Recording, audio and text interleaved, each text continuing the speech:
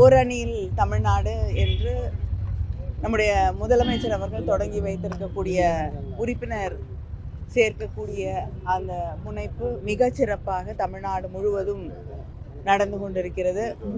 அந்த தொகுதியின் வாக்காளர்களிலே 30% 45 நாட்களுக்குள் அவர்கள் கட்சியிலே இணைக்க வேண்டும், இயக்கத்திலே இணைக்க வேண்டும் என்று கூறப்பட்டது. ஆனால் இப்பொழுதே பல தொகுதிகளிலே 30% அடைந்து விட்டார்கள்.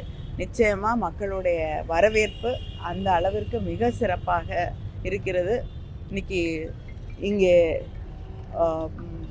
களத்திலே செயல்பாட்டாளர்களாக இருக்கக்கூடிய உடன்பிறப்புகளோடு ஒரு கூட்டம் நடைபெறுகிறது. தூத்துக்குடி தொகுதியிலே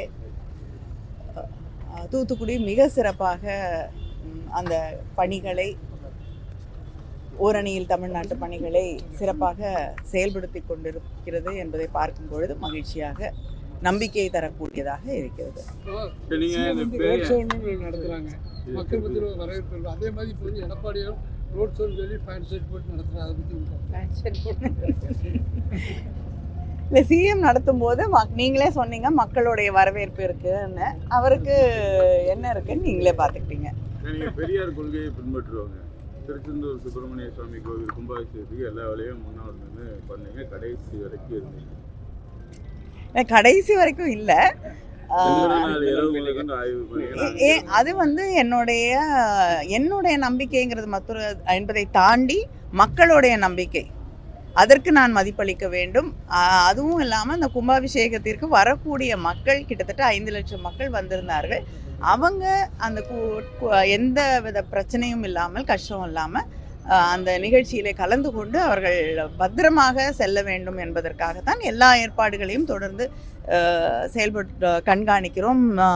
எந்த பிரச்சனையும் இல்லாமல் அவங்க வந்துட்டு போகணும் அப்படிங்கிறது தான் எல்லாரோடைய எண்ணமாக இருந்தது. இது வந்து இந்த குடமுழுக்கு மட்டும் இல்லை, ஒவ்வொரு முறையும் சூரசம்மாரமும் மற்ற நிகழ்ச்சிகளும் நடக்கும் பொழுதும் ஏற்பாடுகளை நிச்சயமாக நேரில் சென்று மக்களுக்கு எல்லாம் வசதிகளும் இருக்கா அப்படிங்கிறத பார்த்துட்டு தான் வரும். அதனால் இது வந்து அவர்களுடைய பிரதிநிதியாக என்னுடைய கடமை, அதை செய்ய வேண்டும். அது திருச்செந்தூர் கோயிலுக்கான இது மட்டும் இல்லை, அது மாதா கோயில் திருவிழாவாக இருக்கட்டும், வேறு எந்த மதத்தின் நிகழ்வாக இருந்தாலும் என்னுடைய நம்பிக்கைகளை தாண்டி மக்களை பாதுகாப்பாக வைத்திருப்பது தான் முதல் கடமை. ஏங்க குழப்பத்தை. செய்திகளை உடனுக்குடனும் துல்லியமாகவும் தெரிந்து கொள்ள சப்ஸ்கிரைப் பண்ணுங்க.